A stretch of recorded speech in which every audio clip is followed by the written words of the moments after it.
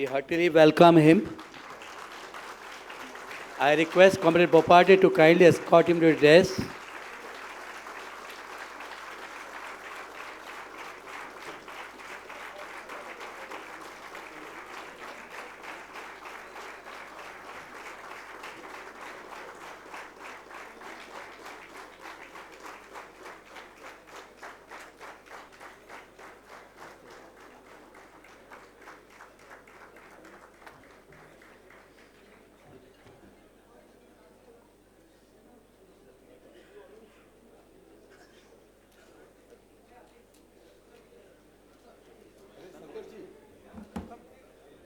अब जिस घड़ी का मुझे, हमें और आपको सभी को इंतज़ार था, वो घड़ी समीप आ गई हैं।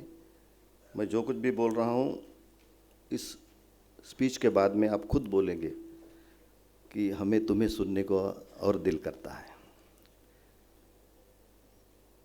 फूल भी सूख गए हैं उनके इंतज़ार में, क्योंकि पहले दिन ही उन्हें आना था। Let me introduce him.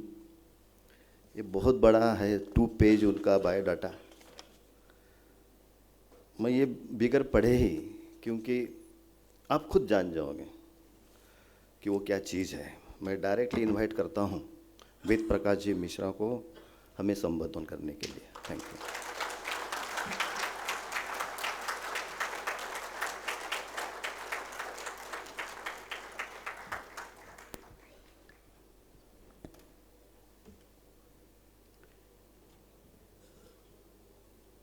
Esteemed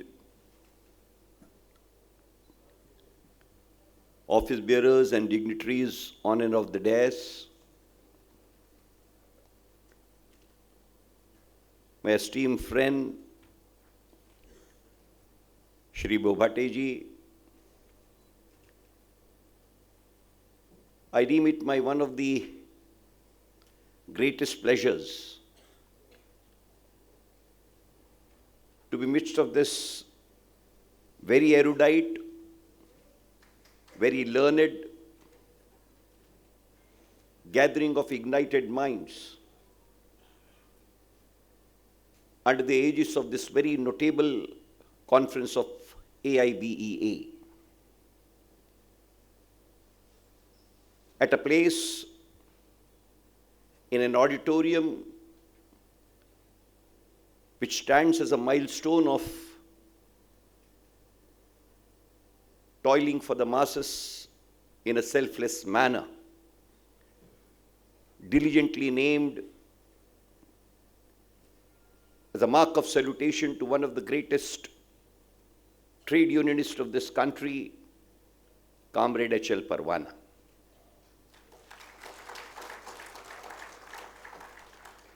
Paying my humble tributes in respect to the fond memory of Parwana ji,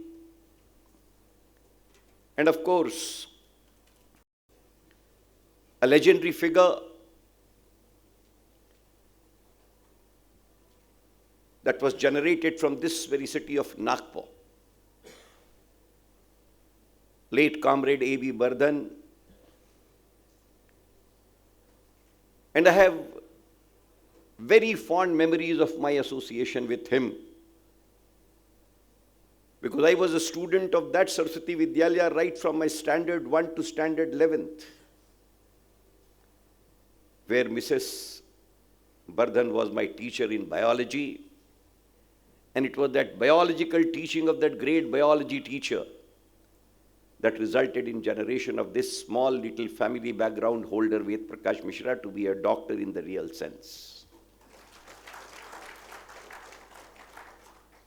Ladies and gentlemen, there cannot be a better pleasure, better joy, and better satisfaction than addressing this significant, vital gathering of genuinely ignited minds. I don't have to tell you anything new and novel, because the nature of the pursuit that AIBEA and its all members have been associated with, the nature of the heroic struggle and the historicity that they have as a part of the legacy, the nature of the historicity and the trends that they have at their backdrop, there is hardly anything advisory in nature and pattern that is required to be put across to people of your stature, people of your eminence, people of your devotion, people of your dedication, and people of your standing. And therefore, I am not putting across any advisory in any manner because I find myself too small and too humble to be putting that across. But yes, ladies and gentlemen, there could not have been a better forum, a better plank, and a better platform for me to be putting across concerns and challenges which are really confronting the contemporary India at this juncture of time. Ladies and gentlemen, basically we always contemplated that men are born free, and therefore men are entitled to live free and die free. Historical declarations in the name of the human charter emanating right from the declarations of French Revolution. The entire concept of liberalism was basically for the purposes of unshackling of men from any and every chain of bondage and slavery.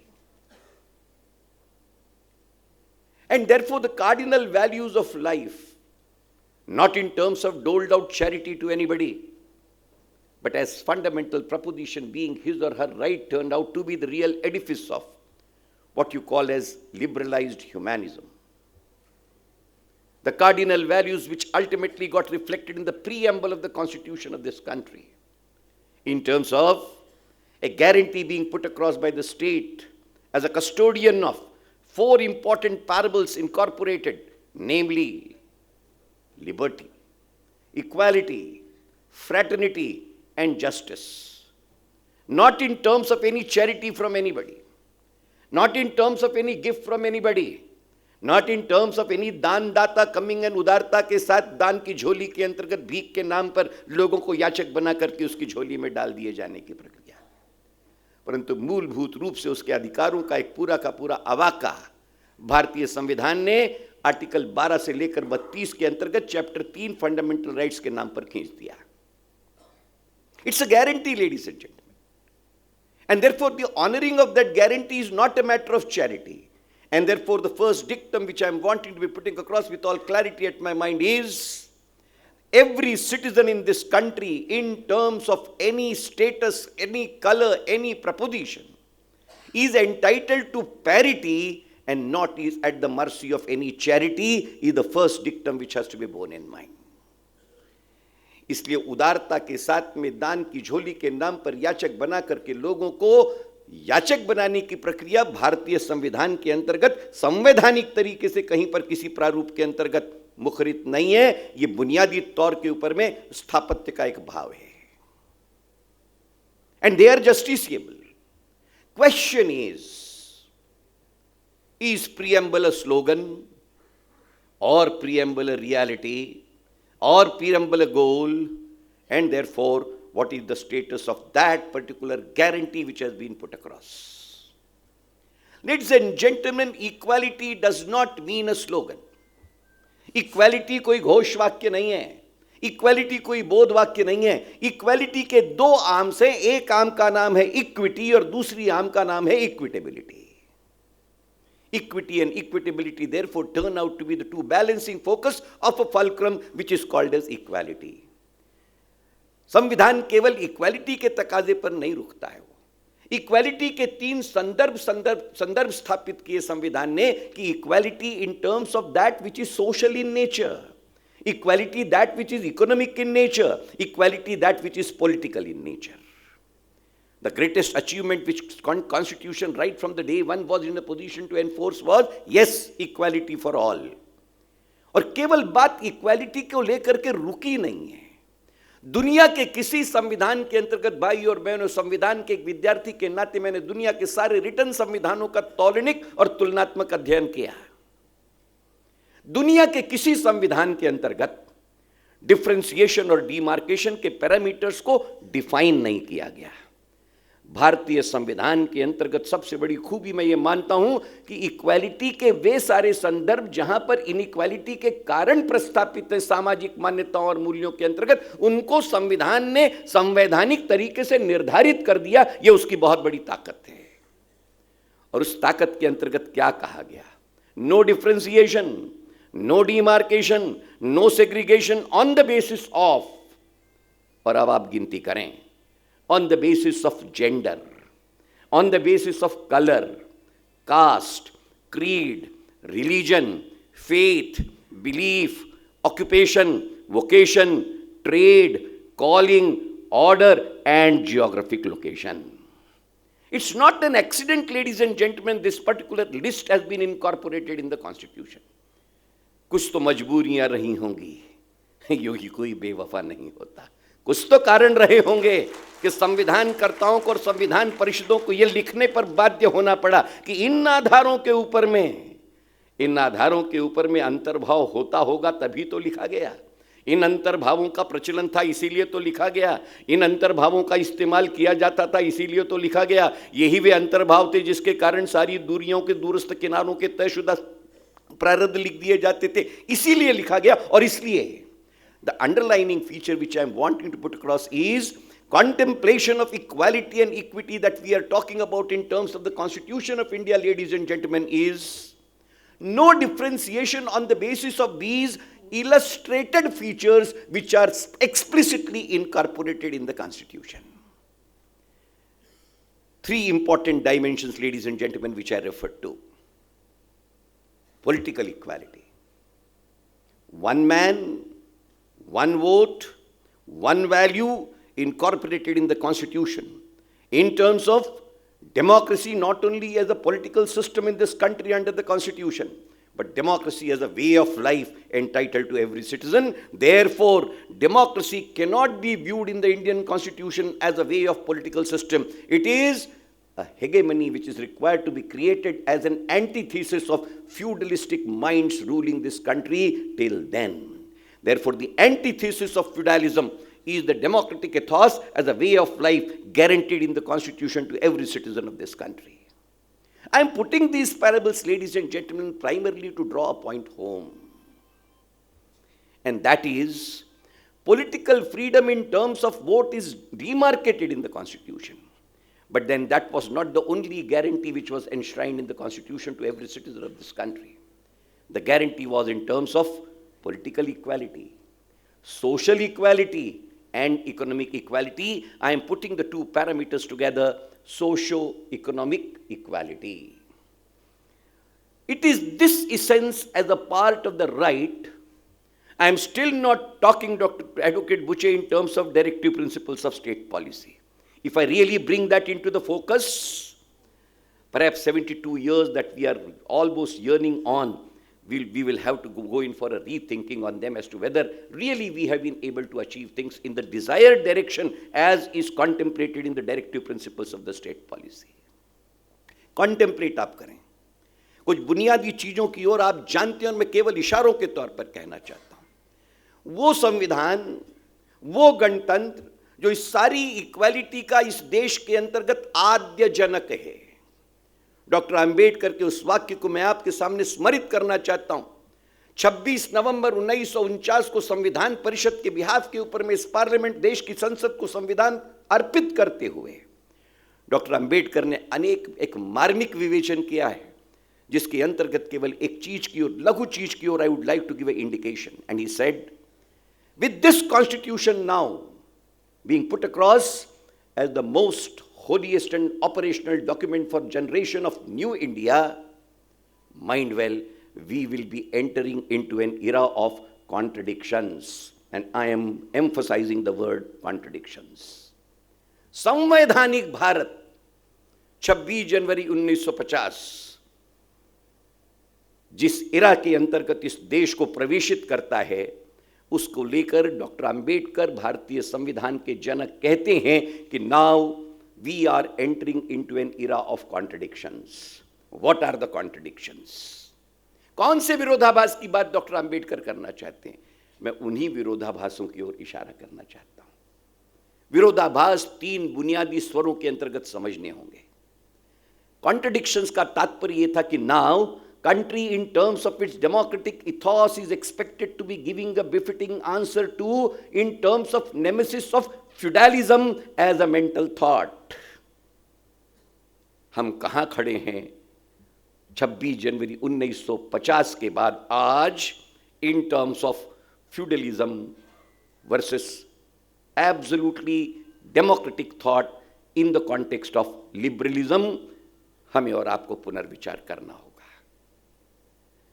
जिस वस्तुस्थिति को लेकर हम कहते हैं कि 26 जनवरी हमारा गणतंत्र दिवस, जिस दिन भारतीय संविधान को मान्यता मिलकर के इस देश के अंतर्गत हमने संविधान लागू किया, मित्रों 26 जनवरी के पर्व को लेकर शायर दो पंक्तियों के अंतर्गत इतने वर्षों के अंतराल की व्यथा व्यक्त करते हुए कहता है कि कहां से लाएं जिगर जश्न जनवरी के लिए, कहां से लाएं जिगर जश्न जनवरी के लिए, ठिकाना जब नहीं रोटी का फरवरी के लिए।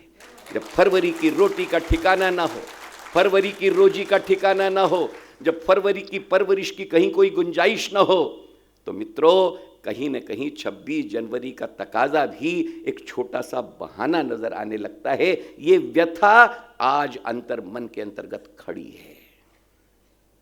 कौन सी व्यथा का चिंतन रहा होगा जिसको लेकर शायर अपनी भावना को व्यक्त करते हुए हकीकत को उजागर कर देता है कि तन की हविश मन को गुनहगार बना देती है, बाग के बाग को बीमार बना देती है। अरे भूखे पेटों को देशभक्ति सिखाने वालों, भूख इंसान को गद्दार बना देती है।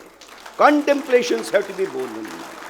Facts have to be taken into consideration. यथार्थ के साथ में आंख मिचौलियां संभव नहीं है और यथार्थ को परमार्थ के आधार पर निभाए चुकने का इजाफा संविधान इजाजत के तौर पर नहीं देता। Therefore, ladies and gentlemen, I view trade union movement of this country as one of the greatest armories of invocation of equity, honor, esteem, dignity and self-reflect, at least for a section of citizenship of this country, if not for whole. It's in that context, Bobate ji, I accepted this invitation कि जिंदगी के अंतर्गत एक साधारण नागरिक को भी इस बात का अधिकार है कि वो आकर के आपकी इस पृष्ठभूमि, आपके इस इतिहास, आपकी इस पूरी की पूरी क्रियाकलाप की शैली AIBE के नाम के अंतर्गत जैसे महाप्रयाण को आपने परियोजना के साथ में एक ऐतिहासिक संदर्भ में ला करके खड़ा किया, उसका अनुमोदन करने के लिए नहीं, आपका अभिनंदन करने के लिए नहीं, पर एक सामान्य नागरिक की हैसियत से आपका अभिवादन करने के लिए मैंने ये आपका निमंत्रण स्वीकार किया। इसलिए मैं अभिवादन के तौर पर आपका इस्तकबाल करने के लिए खड़ा हूं। The glorious history of the trade union movement of this country, the sacrificial tendencies incorporated by the leadership of the trade union in this country, the equity invocation which has been the parable of the trade union movement of this country, and especially this equity in the domain of the banking sector, which is expected to be the most significant part of financial economy of this country, which ultimately turns out to be the most governing factor. It's not just a question of wages. It's not just a question of emoluments. It's not just a question of small time of ways of earnings and livings. There are 5 important things which have to be taken note of, ladies and gentlemen.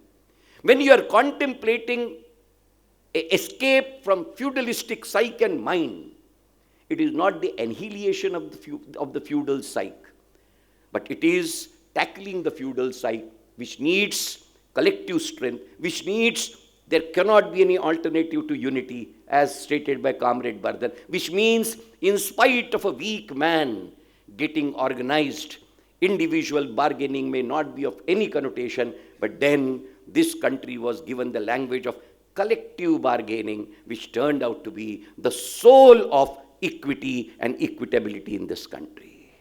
What is that collective bargaining, ladies and gentlemen? Who gave the lessons of collective bargaining in this country? सामूहिक ताकत के असबाब का एक weapon नहीं है ये, सामूहिक ताकत के सह अस्तित्व का एक चिंतन है जो जीवन के अंतर्गत इक्वालिटी को प्रस्थापित करने की एक कला न होकर वह एक विधा है। ये मुझ जैसा एक अदना सा व्यक्ति आपके बीच कहना चाहता है। It's in that context, ladies and gentleman, a huge invocation of the change in the miserable lives of the exploited human beings, which bears a testimony. What was the way out? The way out was struggle in collectivity. The way out was assertion in collectivity. The way out was working out an invocation of a collective bargaining. It was not a jhanda or danda. It was something more which was at stake.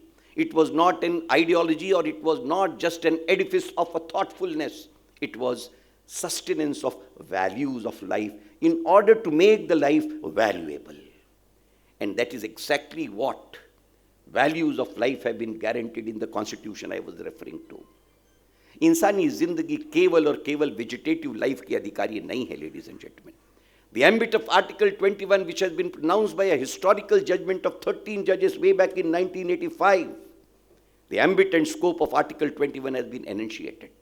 Article 21 guarantees life and liberty to every citizen.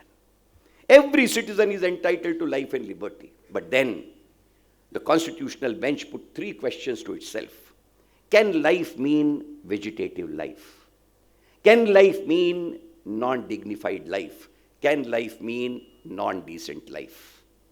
And the bench unanimously said, although Article 21 in terms of its analogy of words may not be including explicitly, it's a guarantee to life and liberty, but that guarantee cannot end up in meaning guarantee to vegetative life.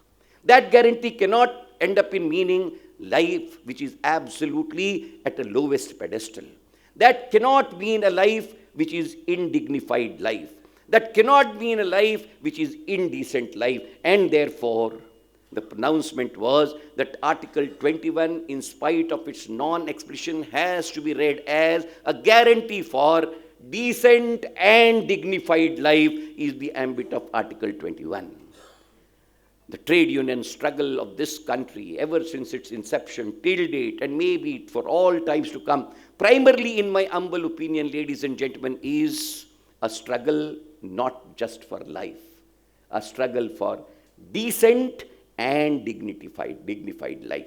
Therefore, decency and dignity, which are interwoven in the essence of life, they make life valuable. And in that context, again, I am tempted back to refer what Dr. Ambedkar, addressing the Constituent Assembly on Article 16 when it was put across for discussion and adoption, made a very historical speech.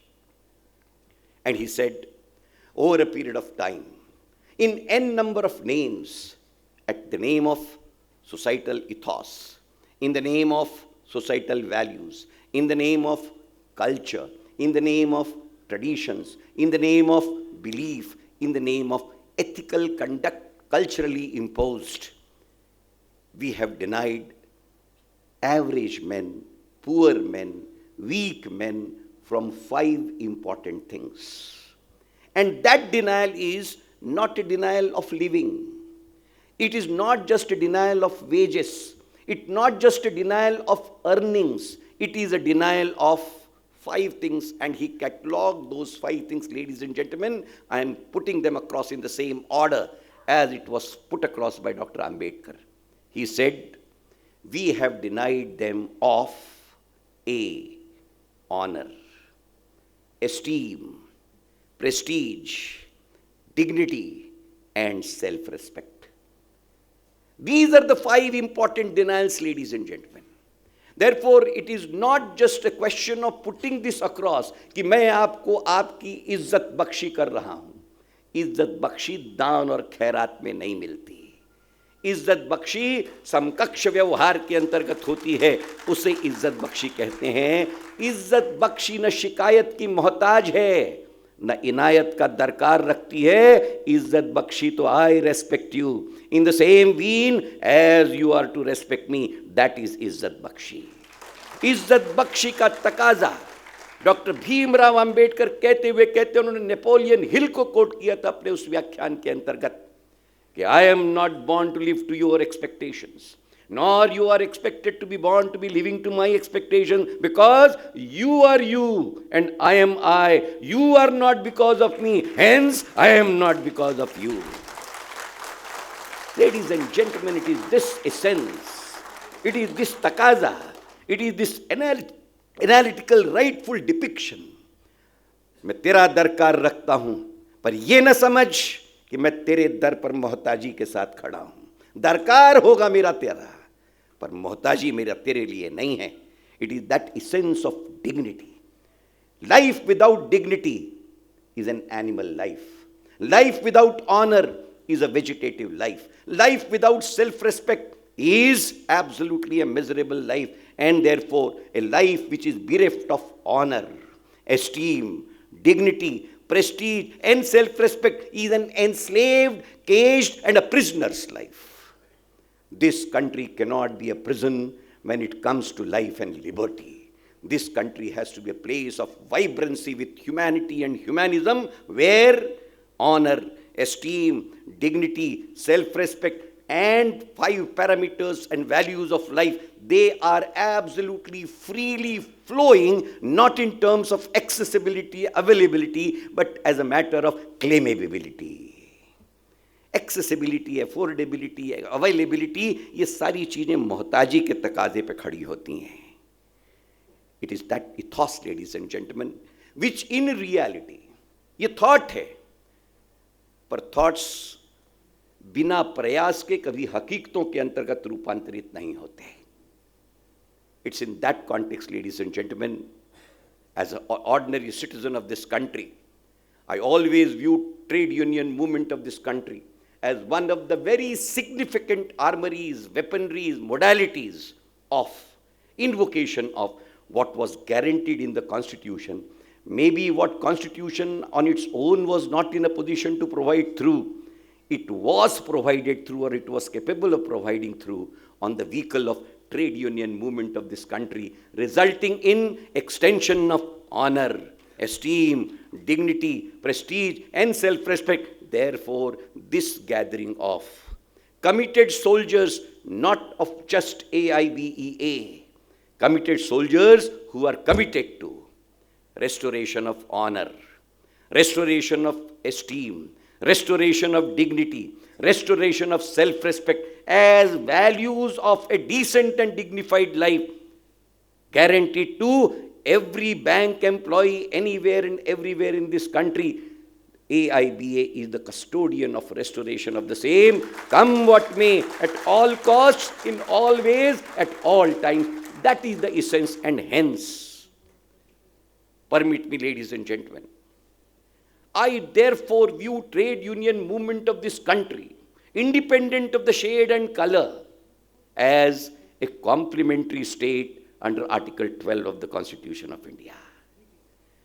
State is defined in Article 12. State is the custodian of welfare of the people of this country. Welfare parameters, 18 in number, have been crystallized in 1952 by expert committee report. Achievement and actualization of these 18 parameters to every citizen is the realistic manifestation of the welfare state defined under Article 12.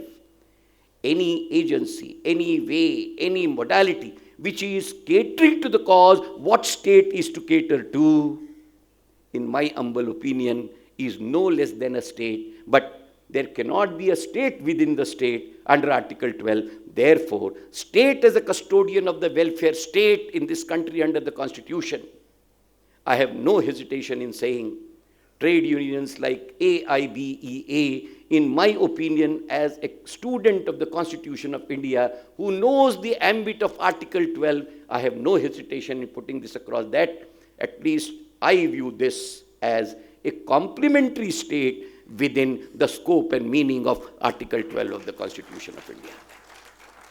Ladies and gentlemen, nothing moves with the history. इतिहास का सोज्वल होना ये उज्जवल भविष्य की guarantee नहीं होती. इतिहास उज्जवल है, परंतु उज्जवल इतिहास ये अगर मान करके चले कि अब वर्तमान के अंतर्गत वो सब कुछ है जिसे लेकर भविष्य की चिंता की आवश्यकता नहीं है, यथार्थ इससे परे है. आज बैंकिंग इंडस्ट्री, आज बैंकिंग सेटअप निश्चित तौर पर कहीं न कहीं एक ऐसे तकाजे पर खड़ा है जहां पर कुछ यक्ष प्रश्न हैं जिनके उत्तर सामयिकता के साथ नहीं मिले हैं, और इन उत्तरों का उत्तरदायित्व किस पर है, इसको भी लेकर निर्धारित चीजों का निर्धारण नहीं हो पा रहा है। मैं 3 बुनियादी चीजों की ओर आपका ध्यान आकर्षित करना चाहूंगा, आपका ध्यान उन पर है ही। आज एक बहुत बड़ा मसला निश्चित तौर पर खड़ा है। देश जिस पब्लिक यूटिलिटी सिस्टम से शुरू हुआ था, जिस पब्लिक सेक्टर प्रपोजिशन के साथ शुरू हुआ था, जिस पब्लिक सेक्टर का प्रपोजिशन वेलफेयर स्टेट की एक वन ऑफ द इंपॉर्टेंट इंस्ट्रूमेंटैलिटीज के रूप में हम 26 जनवरी 1950 को और स्पेशली 1952 से लेकर पंचवार्षिक योजनाओं के तहत हम शुरू हुए थे, आज हम निश्चित तौर पर उस क्रम में कहीं न कहीं या तो दिग्भ्रमित हैं या संभ्रमित हैं। आज एक बहुत बड़ा संघर्ष public sector units versus privatisation, इसको लेकर के हमारे सामने खड़ा है। अनेक एडवांटेजेस और डिसएडवांटेजेस इसके गिनाए जानते हैं, मैं उनकी मीमांसाओं के अंतर्गत नहीं जा रहा हूं, पर मैं 3 प्रमुख बिंदुओं को, जिसको एक चिकित्सक विद्यार्थी, एक जागरूक नागरिक की हैसियत से मैंने बहुत तन्मयता से देखा, परखा, जाना, समझा, अध्ययन के साथ आकलित करने का प्रयास किया है। मैं 3 मुद्दों की ओर आकर्षित करना चाहता हूं। क्या इस देश की बैंकिंग इंडस्ट्री को नॉन परफॉर्मिंग एसेट्स का खतरा है अथवा नहीं, इसका विचार करना होगा। NPAs in a banking industry cannot be a conducive affair. It was never, it is not now, and it cannot be at any point of time. Therefore, NPA is a matter of concern. Public sector banking के अंतर्गत कहीं न कहीं आज capital adequacy ratio, क्या ये हमारे लिए चिंता का विषय नहीं है? हमें नए सिरे से इसके ऊपर में आकलन का विचार करना होगा। कैपिटल एडिक्वेसी रेशो निश्चित तौर के ऊपर में केवल बैंकिंग इंडस्ट्री के लिए नहीं, देश की बैलेंसिंग ऑफ इकोनॉमी के लिए, देश के इकोनॉमिक ग्रोथ के लिए, देश की इकोनॉमिक प्रोस्पेरिटी के लिए, आने वाली पीढ़ियों के लिए NPAs and capital adequacy ratios, these are the 2 important things which will have to be addressed, and it cannot be addressed unilaterally by those who think that they are capable of doing everything on their own. There has to be a joint thought, modalities, approaches, commitments, way outs, which have to be taken note of, which have to be diligently thought of. It cannot be you on that side and I on this side. It cannot be we both together. These are national problems. These are national issues. The banking industry today definitely is standing at a huge crossroad, and especially public sector units banking, where the NPAs definitely have crossed the permissible limit substantially. It cannot be taken to be a positive and a pragmatic sign, and therefore it has to be taken with a pinch of salt. The erosion of the capital adequacy ratio, the way it has dwindled, is that dwindling ratio not a matter of shaking the very root and edifice of a solid concrete footing on which the whole of the banking industry is expected to stand on. It's indeed a problem which has to be taken note of. But yet, any visualization on this particular count in terms of pragmatic framework, the onus of that has to be taken up by all concerned, including enlightened minds whom I have the benefit of addressing today. It's something which tomorrow if posterity asks, कि काश उस समय इन मूलभूत प्रश्नों की ओर योग्य ध्यान दे करके इन्हें समायोजित कर लिया गया होता, तो आने वाले भविष्य को इन तकाजों के ऊपर में खड़े होने की नौबत ना आती. These are the concerns not only of today. These are the concerns which are going to affect the future India in a huge way. Therefore, they have to be taken up definitely with a sense of concern. The third important dimension where it is being put across, कि बस PSUs में अब कुछ नहीं रखा है, privatization is the only answer. Ladies and gentlemen, मैं आपको 2021 की research, banking research division RBI, इसका रिपोर्ट आपके सामने रख करके बताना चाहता हूं. What is the conclusion which has been drawn thereof? They have categorically said, privatization cannot be taken as an answer to all the panacea of ills plaguing the banking industry. मैं नहीं कह रहा, This is the 2021 report of Banking Research Division, RBI India, which says so. Therefore, a judicious blend between the two, including certain workable modalities, 5 in number, which have been proposed, they are the ones which have been put across. Can you turn a blind side to certain important facts? That you talk of India as a whole. हम लोग बड़े शौक से कहते हैं कि हिंदुस्तान एक ऐसा देश है जो 2 चीज़ों में विभाजित है. इसमें एक इंडिया है, इसमें एक भारत है. मैं आज भी पूछना चाहता हूँ और बहुत जिम्मेदारी से आपसे कह रहा हूँ, ऑफिशियल फिगर्स नहीं पर कलेक्टेड फिगर्स मेरे पास हैं, मैं लेकर के आया हूँ. आज इस देश के अंतर्गत सबसे बड़ा महत्वपूर्ण प्रयोजन जो इकोनॉमिक इक्वालिटी भारतीय संविधान के अंतर्गत गारंटी है, उसमें उसका एक सबसे बड़ा प्रामाणिक इनिशिएटिव क्या है? Inclusive banking.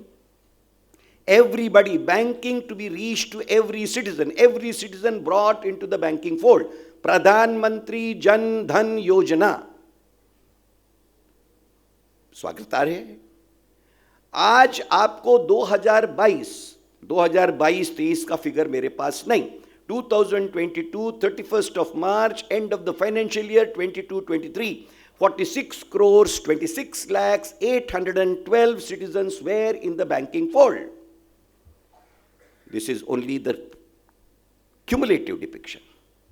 34.6% of this, that is 46 crores people were under the banking fold, of which 34.6 crores were under PSUs.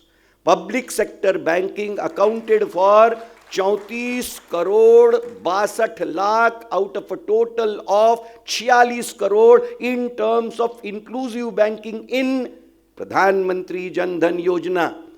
As against 34.6 crores, private sector banking had a contribution of only 1.3 crores. 34.6 crore versus 1.3 crores. This is the contribution which is put across in the inclusive financial incorporation of banking in terms of the picture which I am putting across as on 31st of March 2022. What does this indicate? Is it not an indicator that even in terms of the inclusive population with reference to banking, the PSUs have absolutely their net, absolutely their arms, which have been conducive to not only just putting them into our Pradhan Mantri Arogya Jan Dhan Yojana, putting them into that banking, putting them into that financial proposition, putting them into that financial saving, putting them into that financial security, which ultimately is paving the way for economic equality in the society as a currency for dignity, esteem, prestige and self-respect. It is that connotation which I am wanting to put across. One more important parable cannot be lost sight of. We all say that finally a developing country getting converted into a developed country in terms of the world parlance, in terms of the various indices and parameters that world economy has framed. It cannot be by daydreaming. It cannot be by sloganeering. It has to be by absolutely diligent incorporated plans. Infrastructure development turns out to be therefore one of the cardinal features of Indian transformation to higher echelons of being a developed country.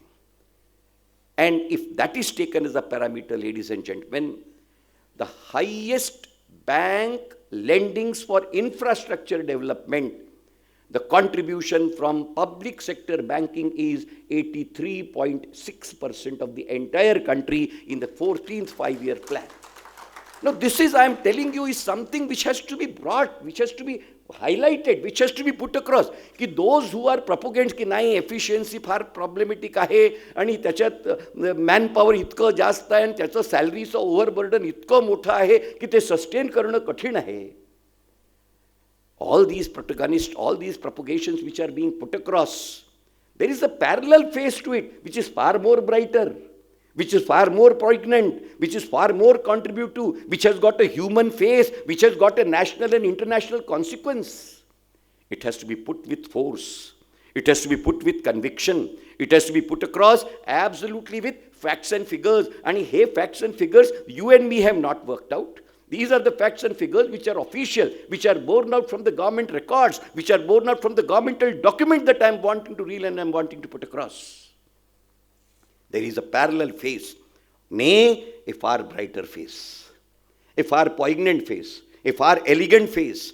It has to be put across. Because society has to make believe that ultimately it is the public sector banking which has been so judicious, which has been so reasonable, which has been so pragmatic, which has been so comfortable, which has been so conducive, and which has been virtually a co-partner in the entire economic development of this country. It is that picture which is realistic in nature. This is not imaginative. This is not fabricated. This is not fictitious which I am wanting to put across. This is borne out from the records. But yet, there are matters of concern which cannot be lost sight of. If you take into consideration market book ratio, one of the important features of the developmental proposition, should it not be a matter of concern? The figures which have been put across at the end of the 14th five-year plan appraisal, they are startling.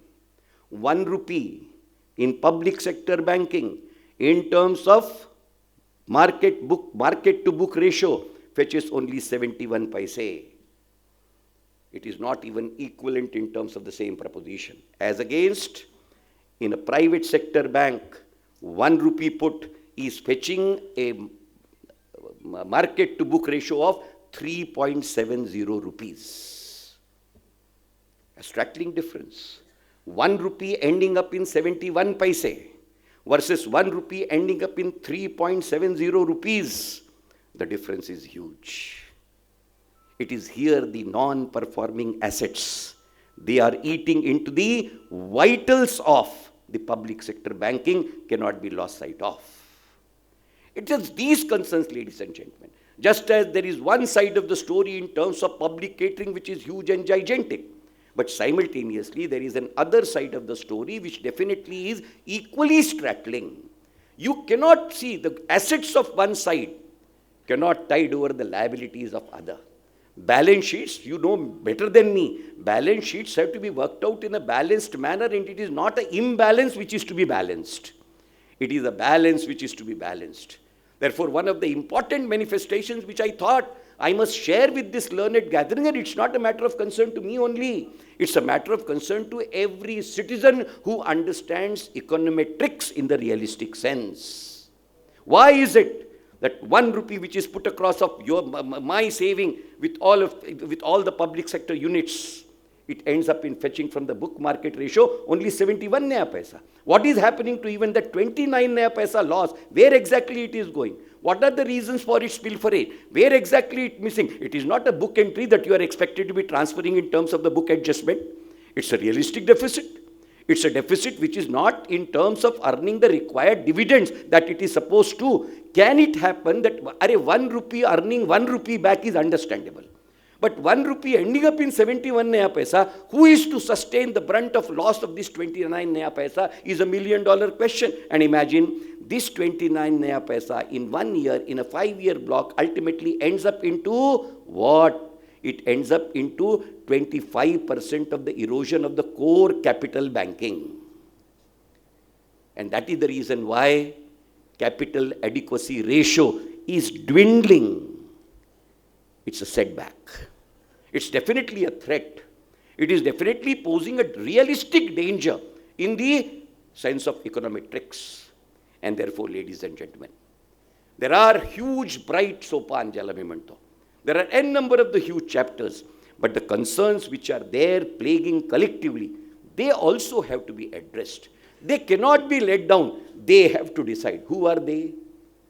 The beauty of the Indian Constitution, ladies and gentlemen, again I am back to, because all these answers, all these poses that we put across, they have been sumptuously answered.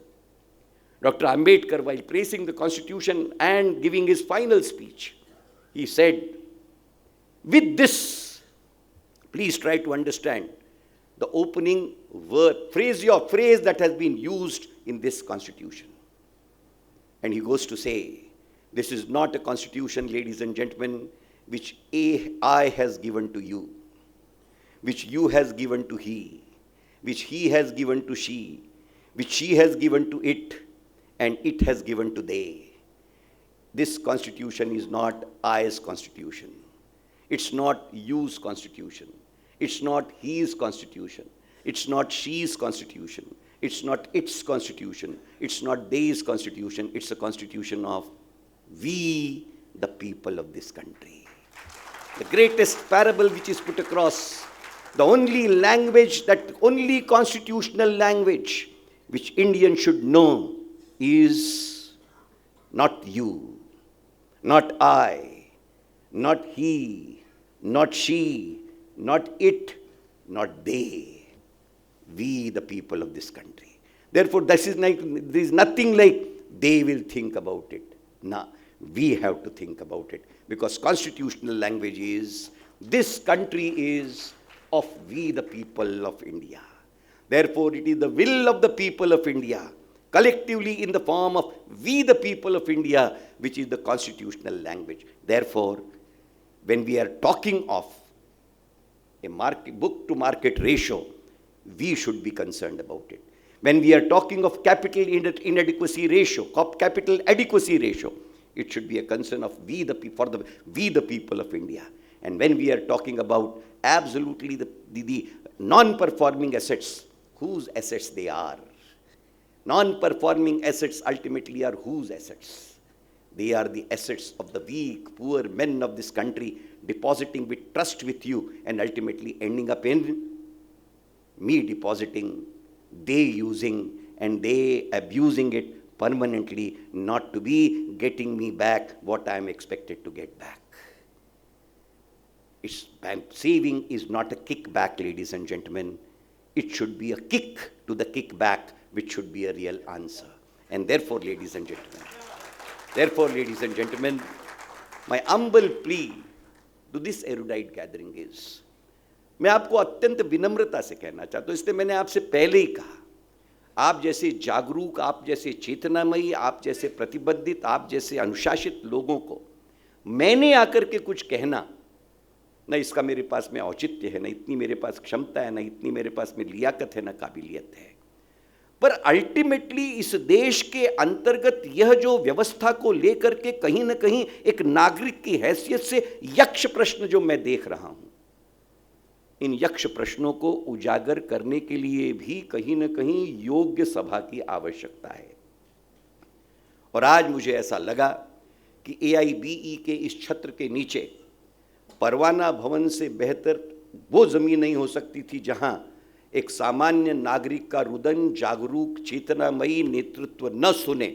इसलिए मैं अपना एक राष्ट्र के ओर से memorandum लेकर के आपके पास में आया हूं, और इस मेमोरेंडम को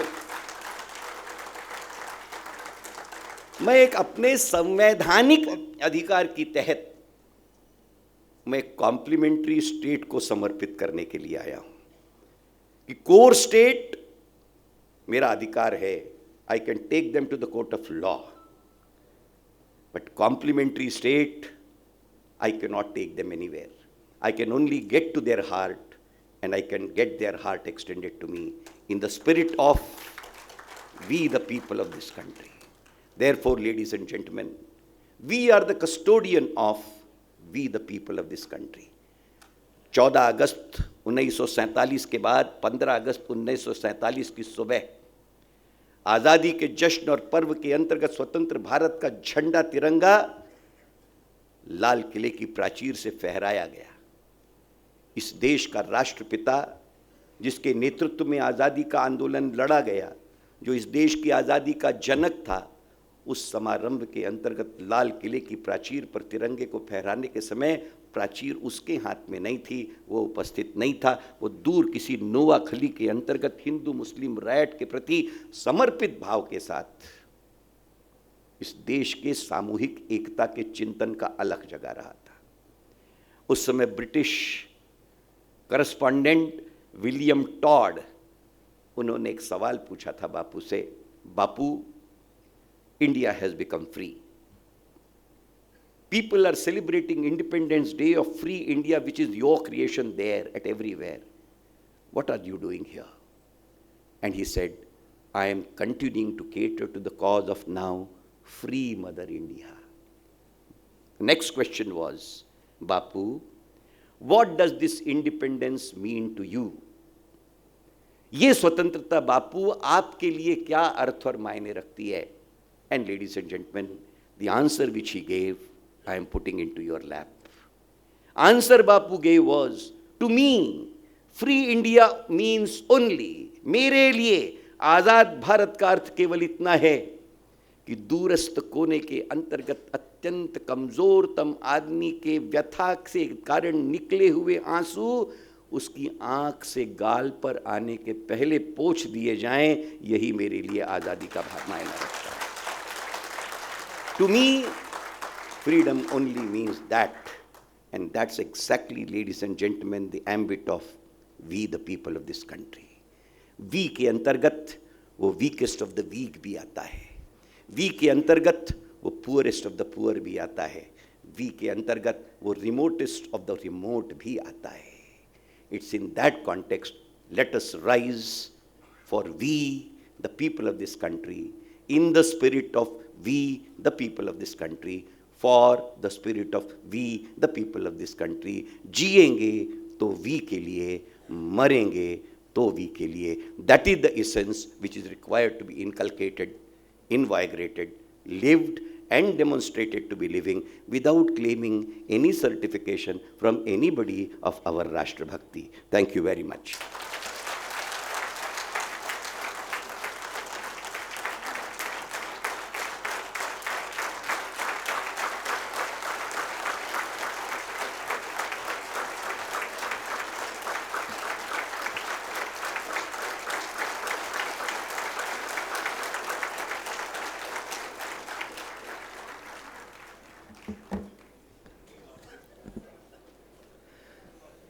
In a very loquacious style, Ved Prakash Mishra ruled our mind and heart for almost 1 hour and 10 minutes. I have no words to thank him. Initially I said कि आप उनको सुनने के बाद ही पता चलेगा कि वेद प्रकाश मिश्रा क्या चीज़ है. यानी कॉन्स्टिट्यूशन तो हमने भी पढ़ी है, सभी ने पढ़ी है, लेकिन उसका इंटरप्रिटेशन उनकी लैंग्वेज में मैंने जो सुना, he really mesmerized us. No words, simply I say thank you Ved Mishra. He has no time, he has to live. एक मिनट, एक परवाना भवन के जो हमारे मैनेजिंग डायरेक्टर है वो सिर्फ 2 मिनट बात करना चाहते हैं, उनकी रिक्वेस्ट है. I call Buche ji, managing trustee of Parwana Bhavan, and he is a close friend of Ved Prakash also.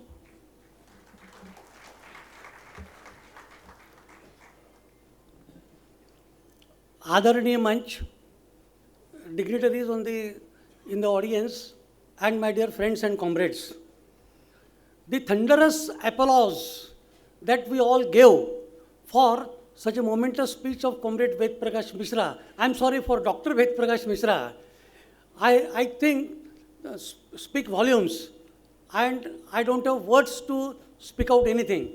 Only for a couple of minutes I will say that Dr. Ved Prakash Mishra is an academician par excellence and is a very popular figure in not only the academic circles, in the social fields, not only in this city of Nagpur, not only in our state of Maharashtra, not only in central India, but in the whole of India.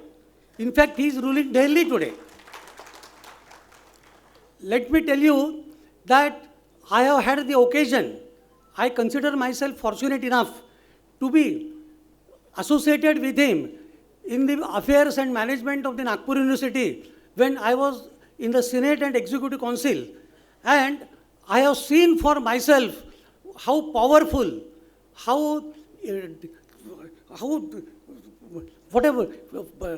what a fighter he is. I'm only one word I will tell you. I saw that day Modi's performance in the parliament against that presidential speech. There you must have seen in the TV, ek versus all. Let me tell you, I can't give more, but in university I have seen him. Even if entire academic council, Senate, Executive Council go against him, he fought relentlessly and he proved himself his mettle, and today he is topmost. I am really fortunate enough, and I am very proud also that in our Parvana Bhavan he came. So for that purpose, I really thank Comrade Bobade for having invited him on this august occasion. Now, I being the managing trustee, let me tell you that we are going to organize very many functions, and I am really tempted to invite him for such marathon discussions. In fact, that is not a speech. That is a feast of words, feast of thoughts, and it has no parallel. So, on behalf of Comrade H.L. Parvana Memorial Trust and all of you, I really thank him, and I thank Comrade Bobate also for this. Only a word I will say. Sorry, I got a bad throat. Yesterday, Comrade Venkatachalam, in our inaugural session, he delivered a speech. There, we have got so many programs. Only one announcement I would like to make, that in the time to come, we are going to have so many functions, programs, the training programs. Ved Prakash ji, मैं आपके जानकारी के लिए ये बताना चाहता हूँ कि ये जो परवाना भवन हमने बनाया है, तो परवाना जो ऐसा आदमी था कि जो शादी किया नहीं, यूनियन ऑफिस में सोता था, and you praise the bank employees and the AIBA trade union leaders, but the entire credit goes to Parwana. And this hall is named by Bardhan. Because of Bardhan, this Parvana Memorial Trust could come up. So I will only say that we have had so many programs in the Parvana Bhavan, but today's speech, I have no parallel to compare. Today's speech was so nice that I think as a trust, we are really happy to host such a program, have such a speech, which will be not only conducive to the goals and objects of the trade union, but also from the point of view of promoting national interest and national integration under the constitution, which was framed by Dr. Babasaheb Ambedkar. The last word I would like to give, that for last 3 days you are here, Comrade Bobate and all others, who is the architect of the conference, as Comrade Venkatachalam has rightly put it, taken all care. But still, if some sufferings and some hardships you have had, we are sorry for it. In the days to come, we are going to improve things, and in the next year, if you come, you will find a different picture. Lastly, I, on behalf of Comrade H.L. Parvana Memorial Trust, extend all of you my warm and profound greetings, and definitely thank the leadership of All India Union that you have taken a wise decision to hold this conference here, and we are there to serve your cause. Before I depart, I must say, I must place on record that persons like Ved Prakash Mishra should come up in the policy making forums of the country. That is my sincere desire, and let all of us give the warm greetings to him. Thank you very much.